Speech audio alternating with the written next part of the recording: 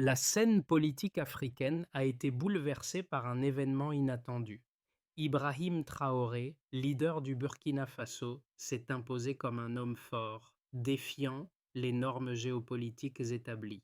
En rejetant les influences occidentales, il a non seulement redéfini les relations de son pays, mais a aussi lancé un message fort à l'Afrique tout entière. L'indépendance n'est pas un choix, c'est une nécessité. Mais qui sont les véritables forces qui tentent de l'arrêter? Et pourquoi ce combat a-t-il pris une tournure aussi dramatique? Ibrahim Traoré incarne-t-il l'avenir de l'Afrique ou un symbole de résistance voué à l'échec? Le chemin d'Ibrahim Traoré vers la présidence du Burkina Faso a été tout sauf conventionnel. Ancien soldat, il a pris les rênes dans un contexte de chaos politique, après une série de coups d'État et de bouleversements internes. Traoré, perçu au début comme un réformateur aligné sur l'Occident, a rapidement surpris ses alliés et ennemis en s'attaquant frontalement aux anciennes puissances coloniales. Son objectif?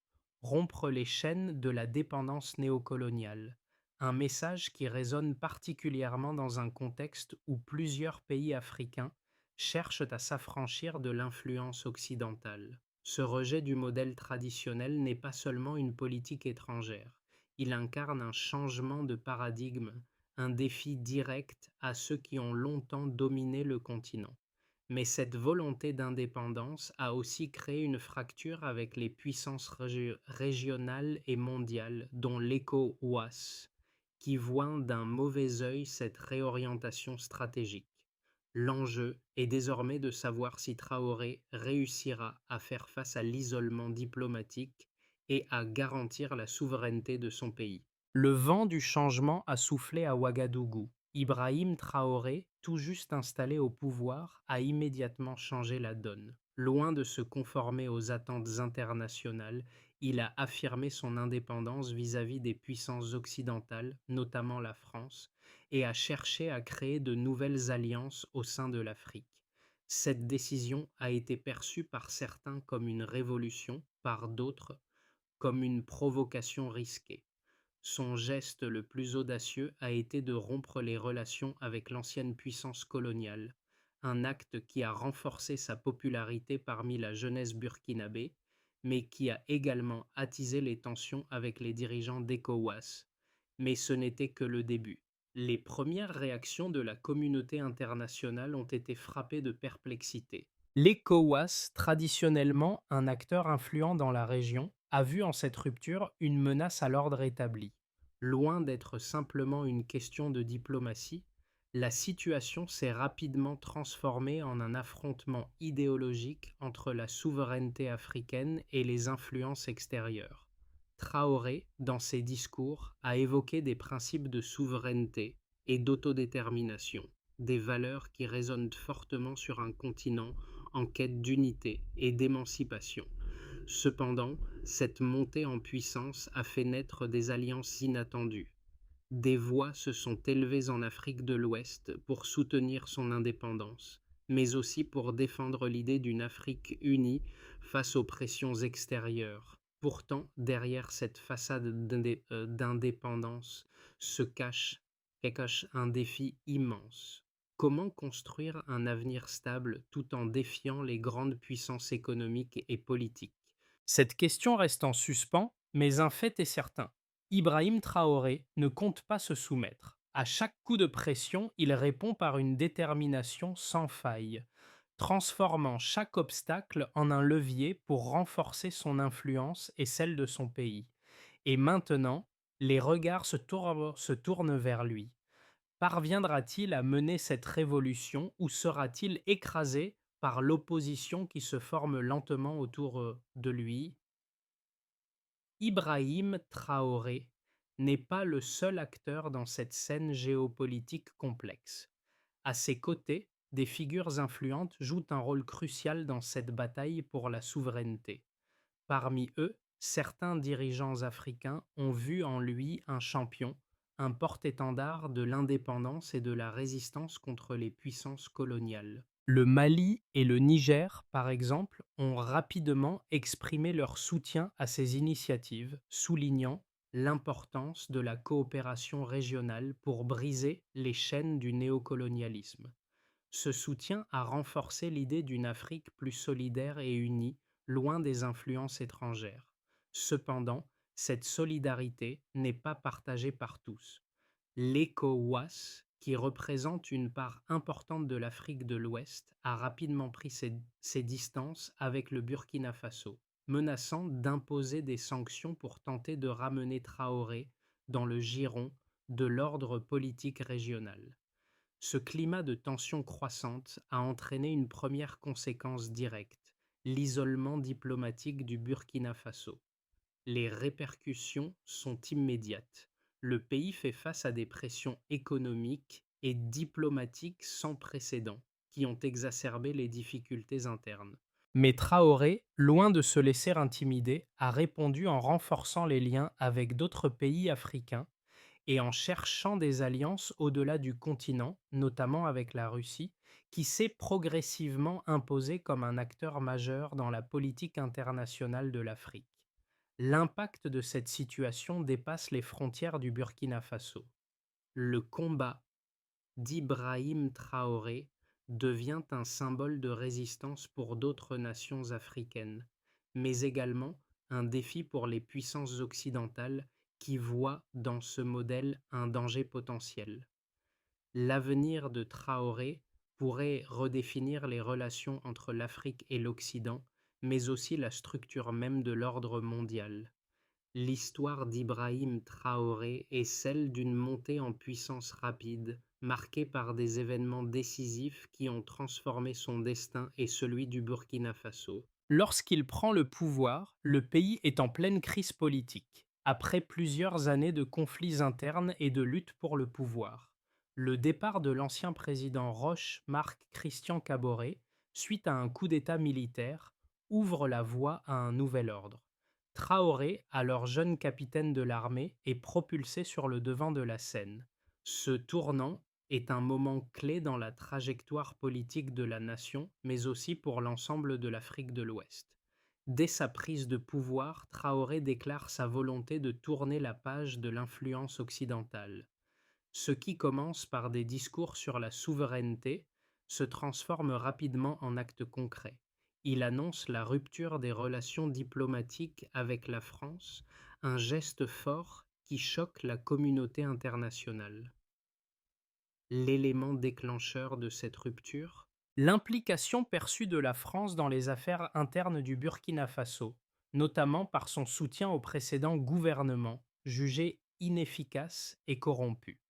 Mais ce n'est pas seulement l'Occident que Traoré défie. Son rejet des puissances coloniales se double d'une volonté d'intégrer le Burkina Faso dans un nouveau modèle de coopération panafricaine, une Afrique qui se libère des chaînes économiques et politiques imposées par les anciens colonisateurs. Ce projet trouve un écho favorable dans plusieurs pays voisins, notamment le Mali et le Niger, qui partagent les mêmes préoccupations. Ils forment ensemble une alliance des États du Sahel, renforçant l'idée d'une coopération régionale sans ingérence extérieure.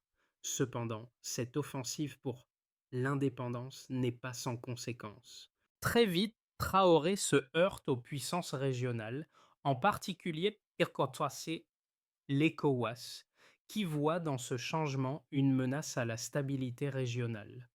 L'organisation, qui a longtemps joué un rôle d'intermédiaire et de régulateur dans les affaires politiques de l'Afrique de l'Ouest, décide d'imposer des sanctions économiques et diplomatiques au Burkina Faso. Ces mesures visent à isoler le pays et à l'inciter à revenir dans le giron de l'ECOWAS. Mais Traoré, loin de se laisser intimider, réagit avec une stratégie de résistance. Il refuse de plier face aux pressions et poursuit ses efforts pour renforcer les liens avec d'autres pays du continent, tout en cherchant à diversifier ses partenariats internationaux. Le soutien croissant de l'Afrique de l'Ouest, mais aussi de nations comme la Russie et la Chine, vient contrebalancer l'isolement diplomatique imposé par l'ECOWAS. Traoré mise sur une nouvelle diplomatie, moins centrée sur les puissances occidentales et plus tournée vers le reste du monde. Dans ce contexte de tensions croissantes, les défis internes s'intensifient également. Le Burkina Faso, traditionnellement un pays pauvre et enclavé, fait face à des problèmes économiques aggravés par les sanctions. Le pays est sous pression et la population, confrontée à la hausse des prix et à des pénuries, commence à se demander si le prix de l'indépendance n'est pas trop élevé. Cependant, Traoré s'appuie sur un soutien populaire solide, notamment auprès des jeunes, qui voient en lui un leader charismatique capable de les guider vers un avenir meilleur, loin des influences étrangères. Les événements se succèdent rapidement. Le défi lancé par Traoré à l'ECOWAS est de plus en plus perçu comme une guerre pour l'avenir de l'Afrique. S'il réussit à maintenir cette ligne, son influence pourrait non seulement transformer le Burkina Faso, mais aussi redéfinir les relations entre l'Afrique et le reste du monde. L'enjeu devient alors de savoir si le mouvement incarné par Ibrahim Traoré va inspirer d'autres nations africaines à suivre son exemple ou si, au contraire, il risque de se heurter à une résistance trop forte pour le surmonter. Passons maintenant aux faits et aux chiffres pour mesurer l'impact réel des actions d'Ibrahim Traoré. Après sa prise de pouvoir, le Burkina Faso se trouve dans une situation de vulnérabilité économique, exacerbée par l'isolement diplomatique imposé par l'ECOWAS et les sanctions internationales. Cependant, malgré ces difficultés, le pays a enregistré des signes de résistance et de résilience qui méritent d'être analysés. D'abord, l'économie burkinabé, bien qu'affaiblie, a connu une certaine stabilité relative grâce à la diversification des partenariats économiques. En 2023, le Burkina Faso a conclu plusieurs accords commerciaux avec des pays comme la Chine et la Russie, remplaçant ainsi une partie de ses échanges commerciaux traditionnels avec l'Occident. Ce changement stratégique a permis une légère hausse des investissements étrangers directs, bien que dans une mesure modeste. Selon les données de la Banque mondiale, les investissements étrangers directs dans le pays ont augmenté de 5% en 2023 par rapport à l'année précédente, atteignant environ 300 millions de dollars contre 285 millions en 2022. Ensuite, la politique de Traoré visant à renforcer les liens avec les pays du Sahel a également montré des résultats concrets. L'alliance des États du Sahel, formée avec le Mali et le Niger, a permis de mettre en place des initiatives de sécurité commune, réduisant de manière significative les attaques terroristes transfrontalières dans ces régions. Les rapports de l'ONU sur la sécurité en Afrique de l'Ouest ont noté une réduction de 12% des attaques terroristes dans ces trois pays, une performance attribuée en grande partie à la coopération renforcée au sein de cette alliance. Cependant, la situation sociale et économique interne au Burkina Faso reste préoccupante. La hausse des prix des denrées alimentaires, associée aux pénuries causées par l'isolement diplomatique, a pesé lourdement sur les ménages burkinabés. Selon l'Institut national de la statistique et de la démographie, l'inflation a atteint 8,5% en 2023, contre 6,2% l'année précédente, ce qui a mis une pression considérable sur la population.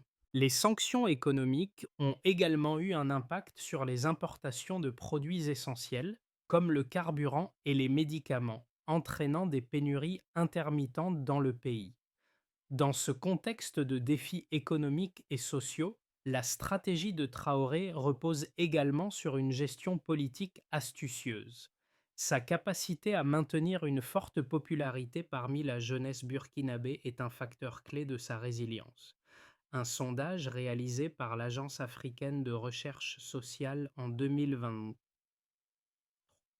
a révélé que 65% des jeunes burkinabés soutiennent activement les politiques de Traoré, notamment en ce qui concerne la lutte pour l'indépendance et la souveraineté nationale. Ce soutien populaire lui permet de maintenir une stabilité politique interne, malgré les pressions externes. En conclusion, bien que les actions de Traoré soient confrontées à des défis considérables, les premières preuves quantitatives suggèrent que ces choix stratégiques pourraient avoir un impact à long terme sur la position du Burkina Faso dans la région. Sa politique de diversification des partenaires économiques et sa capacité à forger des alliances régionales ont permis de limiter l'impact des sanctions internationales.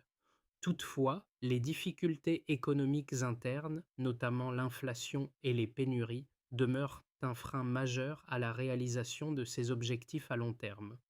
Les actions d'Ibrahim Traoré et son projet pour le Burkina Faso, bien qu'admirés par certains, ont également fait l'objet de critiques acerbes de la part de nombreux observateurs internationaux. D'un côté, les partisans de Traoré louent son courage, sa détermination à remettre en question l'ordre établi et son engagement à préserver la souveraineté de son pays. De l'autre, ses détracteurs l'accusent de mettre en péril l'avenir de son pays en prenant des risques inutiles qui pourraient conduire à l'isolement total et à une crise économique plus profonde. Les critiques les plus sévères à l'égard de Traoré viennent principalement de l'ECOWAS et de ses alliés internationaux.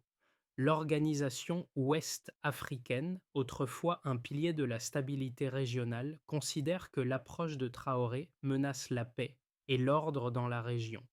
Selon les dirigeants de l'ECOWAS, sa politique de rupture avec l'Occident et son rapprochement avec des puissances comme la Russie et la Chine risquent de déstabiliser non seulement le Burkina Faso, mais aussi toute l'Afrique de l'Ouest. De plus, la confrontation directe avec l'ECOWAS pourrait provoquer des répercussions économiques dévastatrices. Les sanctions imposées ont déjà conduit à une réduction des importations et à une flambée des prix affectant principalement les couches les plus vulnérables de la population. Cependant, cette perspective ne prend pas en compte certains facteurs cruciaux. D'abord, la politique de Traoré s'inscrit dans une logique de résistance aux pratiques néocoloniales qui ont longtemps caractérisé les relations entre l'Afrique et l'Occident. Pour de nombreux Africains, en particulier ceux qui luttent contre les conséquences de l'exploitation coloniale et néocoloniale, Ibrahim Traoré est perçu comme un héros. En rejetant les anciennes puissances coloniales, il incarne un espoir renouvelé pour une Afrique plus autonome, capable de redéfinir ses propres priorités sans se soumettre aux intérêts étrangers. En revanche, certains observateurs soulignent les dangers d'un isolement politique accru. Traoré pourrait se retrouver à la tête d'un pays économiquement affaibli où les sanctions pourraient finir par inciter une crise sociale qui fragiliserait son pouvoir. L'isolement diplomatique est une arme à double tranchant. Alors que le soutien populaire demeure fort, il pourrait s'effriter si la situation économique se détériore davantage. Le défi pour Ibrahim Traoré est donc de trouver un équilibre entre la résistance à l'influence étrangère et la nécessité de maintenir une économie stable et viable. Ces actions devront prouver qu'il peut réussir à redéfinir l'avenir du Burkina Faso tout en surmontant les défis économiques et politiques qui en découlent. Au cœur de la stratégie de Ibrahim Traoré, une révélation essentielle commence à émerger. Son défi à l'ECOWAS et aux puissances occidentales n'est pas uniquement diplomatique, il est aussi culturel et symbolique. Le Burkina Faso, sous sa direction, se transforme en un phare de résistance contre la domination étrangère, et la jeunesse africaine commence à le voir comme un modèle à suivre. Cette dynamique prend un tournant majeur lorsque des pays voisins, autrefois hésitants, commencent à réévaluer leurs relations avec l'Occident. Le Mali et le Niger, tout comme le Burkina Faso, sont confrontés aux mêmes défis liés à la sécurité, à la souveraineté et à l'intervention étrangère. L'ECOWAS, en réagissant avec fermeté, pousse ces pays à se rapprocher encore plus, consolidant ainsi l'alliance du Sahel. une union naissante qui pourrait redéfinir l'équilibre du pouvoir dans cette partie du monde. Cette révélation géopolitique a des répercussions profondes. Si Traoré réussit à mener ce combat pour la souveraineté sans sombrer dans l'isolement total, il pourrait bien devenir le leader d'un mouvement panafricain plus large. L'Afrique de demain pourrait ne pas ressembler à celle que l'Occident a imaginée. L'ascension d'Ibrahim Traoré et sa remise en question des puissances dominantes de l'Afrique de l'Ouest ont provoqué des conséquences profondes et variées qui s'étendent bien au-delà des frontières du Burkina Faso. D'un côté, son audace a inspiré un grand nombre de jeunes Africains qui voient en lui un défenseur des intérêts du continent. Le message qu'il envoie est bien clair. L'Afrique doit s'unir, prendre son destin en main et se libérer de l'influence néocoloniale. D'un autre côté, sa politique a exacerbé les tensions régionales et internationales, mettant le Burkina Faso dans une position diplomatique et économique de plus en plus délicate. L'ECOWAS, sous la pression des puissances occidentales, a imposé des sanctions économiques contre le Burkina Faso, ce qui a provoqué une réaction en chaîne. L'isolement diplomatique du pays s'est intensifié et de nombreux partenaires commerciaux ont cessé leurs échanges avec le Burkina Faso, aggravant ainsi la situation économique du pays. L'inflation a grimpé, les prix des biens de consommation ont explosé et les pénuries alimentaires se sont faites plus fréquentes. Ces conséquences ont pesé lourdement sur la population, mais ont également renforcé le sentiment nationaliste parmi les Burkinabés qui perçoivent ces sanctions comme une forme de répression contre leur quête d'indépendance. Cependant, la résistance de Traoré à ces pressions a aussi porté ses fruits. Le pays, bien qu'isolé sur la scène diplomatique, a trouvé de nouveaux alliés dans d'autres nations africaines et au-delà.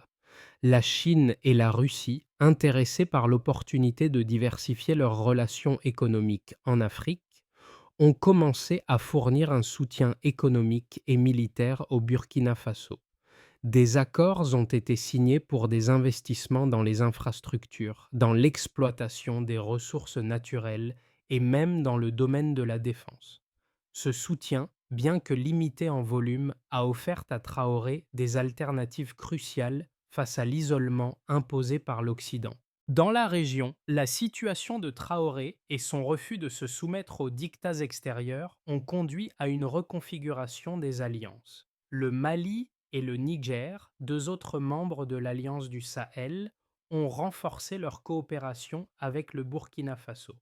Ces trois pays, confrontés à des défis similaires en matière de sécurité et de souveraineté, ont commencé à échanger des informations, à coordonner leurs efforts militaires contre le terrorisme et à se soutenir politiquement face aux pressions externes. L'idée d'une Afrique plus solidaire se matérialise de plus en plus sous l'effet de cette coopération. L'impact de cette dynamique est également visible sur la scène internationale. Les puissances occidentales, bien qu'elles cherchent à maintenir leur influence dans la région, ont commencé à revoir leur approche face à un continent africain de plus en plus déterminé à prendre son destin en main.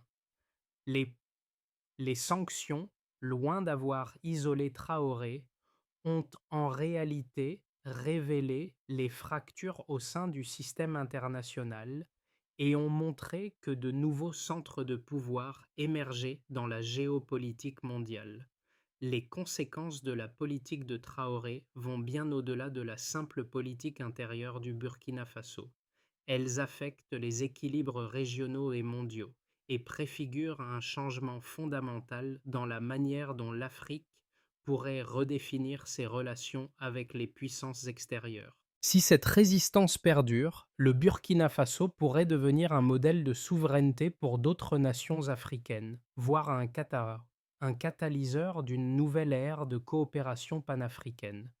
À moyen terme, les choix stratégiques d'Ibrahim Traoré auront un impact majeur sur l'avenir du Burkina Faso et de la région ouest africaine.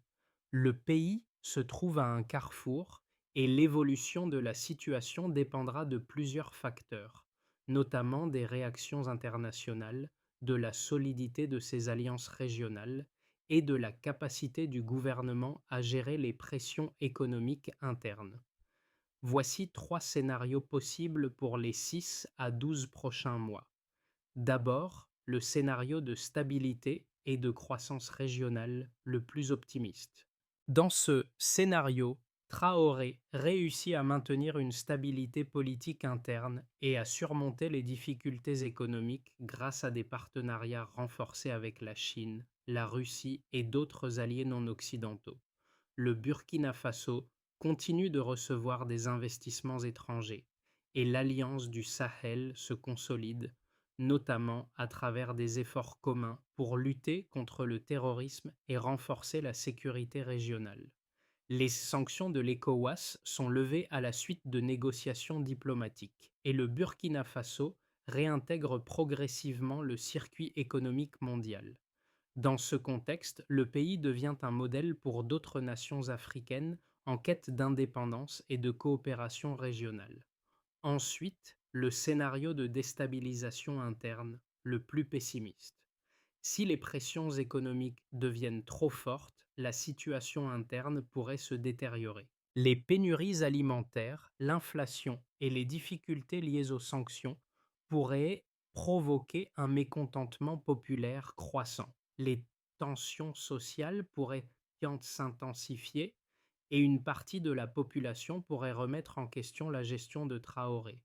Dans ce cas, le Burkina Faso risquerait de se retrouver plongé dans une instabilité interne avec une montée des protestations et des violences.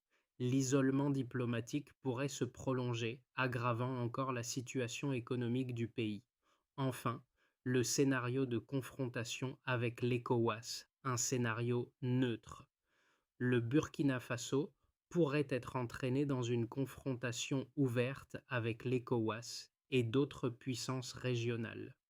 Dans ce scénario, les tensions diplomatiques s'intensifient, les sanctions sont durcies et des pressions militaires sont envisagées. Le Burkina Faso, isolé, chercherait des solutions alternatives pour se maintenir, y compris des alliances militaires avec des puissances extérieures comme la Russie ou la Chine. Toutefois, cette situation risquerait de déboucher sur une confrontation prolongée, sans résolution claire, créant un climat d'incertitude et d'instabilité qui affecterait l'ensemble de la région ouest africaine. Quel que soit le scénario, l'avenir du Burkina Faso dépendra de la manière dont Traoré gérera les relations avec ses voisins, les puissances mondiales et sa propre population.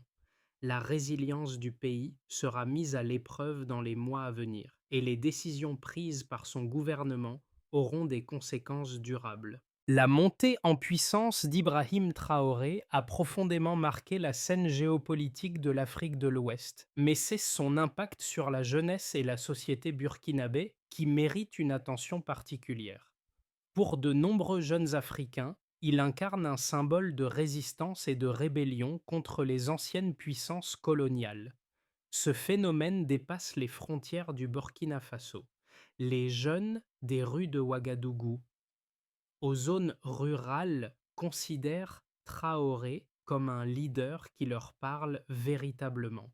Son discours sur la souveraineté, l'autonomie et le rejet de la dépendance étrangère résonne profondément dans un contexte où de nombreuses nations africaines sont en quête de réaffirmation de leur dignité. Mais cet enthousiasme populaire n'est pas sans son lot de défis. Si la majorité de la population soutient Traoré dans sa quête pour une Afrique indépendante, une frange significative de la population, surtout parmi les plus âgés et ceux qui ont vécu sous des régimes précédents, reste sceptique face à ces choix. Les générations plus âgées, souvent habituées à des modèles de coopération avec l'Occident, redoutent les conséquences économiques et diplomatiques de cette rupture. L'inquiétude grandit également face à l'incertitude des alliances avec de nouvelles puissances comme la Russie et la Chine. La question reste posée. Cette direction est-elle un véritable chemin vers l'émancipation ou le pays court-il le risque de se retrouver isolé sur la scène internationale, avec des répercussions imprévisibles? Le défi de Traoré réside dans sa capacité à maintenir l'unité nationale tout en équilibrant les attentes de différents segments de la population. Il doit s'assurer que le rêve de souveraineté et d'indépendance ne se transforme pas en une division interne qui affaiblirait son pouvoir et la stabilité du Burkina Faso. L'avenir du Burkina Faso dépendra en grande partie de la capacité du gouvernement d'Ibrahim Traoré à naviguer dans un environnement complexe et de plus en plus hostile. Pour éviter une dégradation de la situation économique et sociale, plusieurs étapes clés doivent être mises en place. D'abord, une diplomatie plus diversifiée est essentielle. Si le Burkina Faso souhaite surmonter son isolement diplomatique, il doit intensifier ses relations avec d'autres puissances mondiales qui partagent une vision similaire de la souveraineté africaine, comme la Chine, la Russie et d'autres pays émergents. Ces alliances pourraient fournir un soutien économique et militaire crucial pour contrer les sanctions imposées par l'ECOWAS. Ensuite, renforcer les liens avec les autres nations du Sahel est crucial. L'Alliance du Sahel, qui regroupe le Burkina Faso, le Mali et le Niger, offre une opportunité unique de créer une plateforme commune pour défendre les intérêts régionaux. Un travail diplomatique soutenu devrait viser à élargir cette alliance et à la rendre plus solide afin d'assurer une sécurité partagée et d'atteindre des objectifs économiques communs. Enfin, la gestion des tensions internes devra être une priorité. Les défis économiques et les sanctions risquent d'entraîner une méfiance grandissante parmi la population. Traoré doit veiller à maintenir le soutien populaire, notamment en garantissant la distribution équitable des ressources et en engageant un dialogue constant avec les jeunes. Leur soutien continu sera crucial pour maintenir la stabilité interne. En résumé, pour que le Burkina Faso réussisse à naviguer dans cette période tumultueuse, un plan stratégique clair, alliant diplomatie, sécurité et cohésion interne, est nécessaire. Ce plan pourrait non seulement sauver le pays de l'isolement, mais aussi le positionner comme un leader dans la quête d'une Afrique plus indépendante. Ibrahim Traoré, pour beaucoup, n'est pas seulement un dirigeant politique, il est devenu un symbole d'espoir et de résistance. Il incarne l'idée d'un Afrique souveraine, prête à s'affirmer face aux pressions extérieures et à se réapproprier son destin. Ce combat, qu'il mène au péril de sa stabilité personnelle et de celle du pays, ne concerne pas seulement le Burkina Faso, mais toute une génération d'Africains qui en ont assez de voir leur continent dominé par des intérêts étrangers. À travers son parcours, Traoré réveille des souvenirs et des aspirations profondément ancrées dans l'histoire de l'Afrique. Il est vu par certains comme un héritier de leaders comme Thomas Sankara, qui dans les années 1980 avait osé remettre en question les mêmes puissances. L'ombre de Sankara plane sur cette quête de souveraineté, et tout comme lui, Traoré pourrait devenir l'icône d'un renouveau panafricain. Mais cette route pavée d'embûches est semée d'incertitudes. L'avenir du Burkina Faso et au-delà celui de l'Afrique dépendra des choix faits aujourd'hui.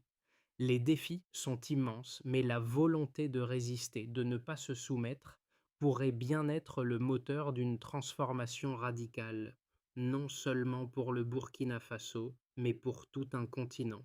L'histoire d'Ibrahim Traoré est loin d'être terminée. C'est un parcours qui, bien que rempli d'obstacles et de défis, reflète un mouvement plus vaste qui touche l'ensemble du continent africain.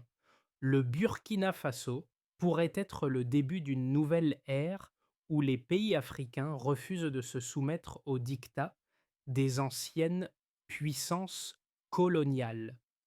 Mais pour que ce changement soit durable, il ne suffira pas à un seul homme de porter ce fardeau. Ce qui est en jeu, c'est l'avenir de l'Afrique, et cela ne dépend pas uniquement des décisions politiques des dirigeants, mais de l'engagement de chaque citoyen, de chaque jeune Africain, de chaque intellectuel.